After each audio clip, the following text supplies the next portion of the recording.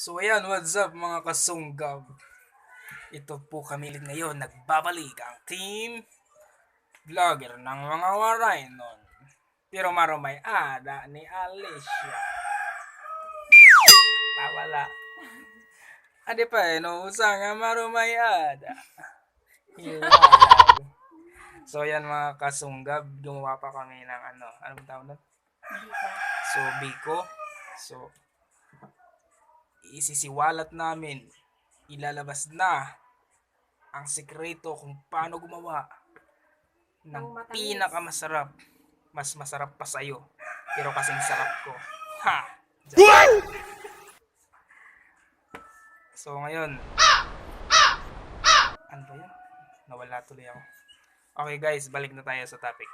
So, gumawa kami ng biko, kaya ibibigay namin sa inyo kung ano yung tips kung paano magawa. I mean, parang procedure na lang na rin ganun procedure. Mula sa simula hanggang sa maluto. So, ganun po yun.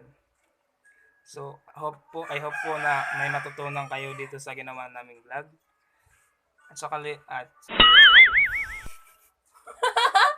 Sorry for that moment. So, balik tayo ulit mga kasunggab. Ako nga pala. Wala na ako yan. So, ayun. Ganun yun. Video picture.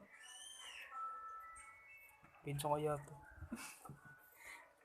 Sige na kuya. Papakyot. Siya lang naman yung nagluto ng biko. Ito naman yung nagkayod ng buko. So, sila pong dalawa ang gumawa. Ako lang naman po yung nagba-vlog. Ako lang naman ang nakaisip na i-vlog yung kanilang ginagawa kasi para i-share namin po sa public. So, advantage po para sa mga malapit ng mag-fiesta dyan. Kasi may matututunan kayong bagong lulutuin sa bahay nyo. Pero sad to say, baka walang fiesta kasi naka-quarantine pa pala tayo. Diba? Okay lang, pwede naman sa bahay kahit walang bisita. Sa family lang, maganda na yun, masarap. So, yun lang po, hindi ko na pahabain kasi nakakasawa na ang pagmumukha. Yeah. Cute nga niya. Kuya, tingnan mo. So, ayan po guys. I mean mga kasunggab, tapos na po ang aming... Ay, hindi pa pala tapos. Hindi ko pa napakita yung video. So, antayin nyo na po ang video within 3, 2, 1... Bicol! Biko. Okay na.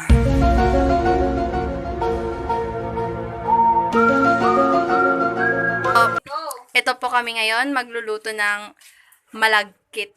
Biko. First step is, yan, hugasan.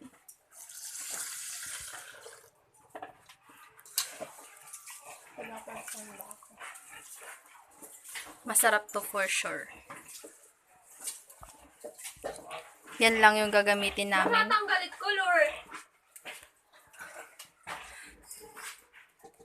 So, ito na. So, ayan na. Malapit nang maluto. Kumukulo na siya actually guys. Buksan natin. Tadaan! At, hinahalo ba to? Kulang yata.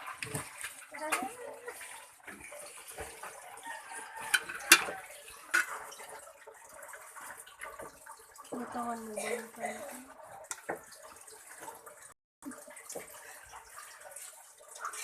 Okay lang yan, maluto na yan. Hintayin natin mga 30 minutes. Okay na yan.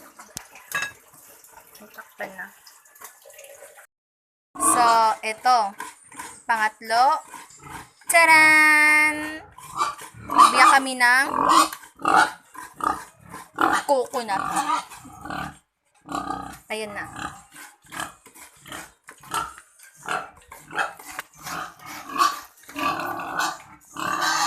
Mahirap ba? Mahirap? Ang ganda-ganda. So, ayan na.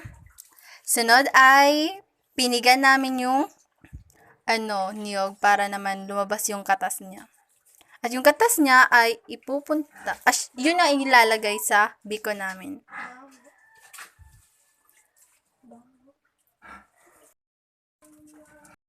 So, ayan na. Ilalagay na ng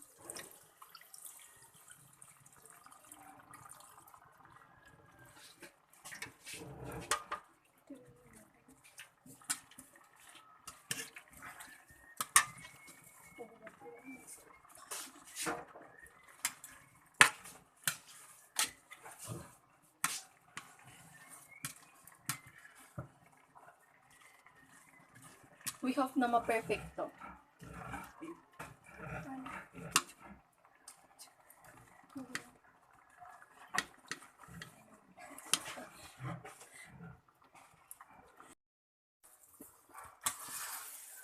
So, ayan na po guys. Nilagyan na po namin ng katas ng niyog, margarine, pati na rin yung vanilla. At nilagyan na rin namin ng asukal. Haluin ng ilang minuto. Oh, ayan guys. Maluluto na yung biko namin. So, mga ilang oras din tayo naghintay bago ito maluto. Kompleto na po yan. May vanilla, may asukal, ginataan, katas ng niyog, tapos margarine. Yan po yung sekreto namin.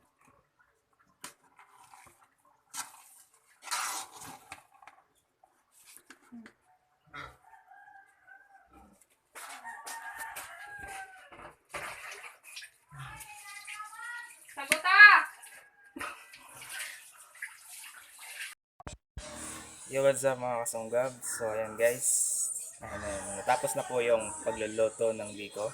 Kung nasiyahan po kayo sa panonood, huwag niyong kalimutang mag-subscribe, click the bell button for new videos, and then huwag niyo rin kalimutang mag-share, like, comment, at yun lang po.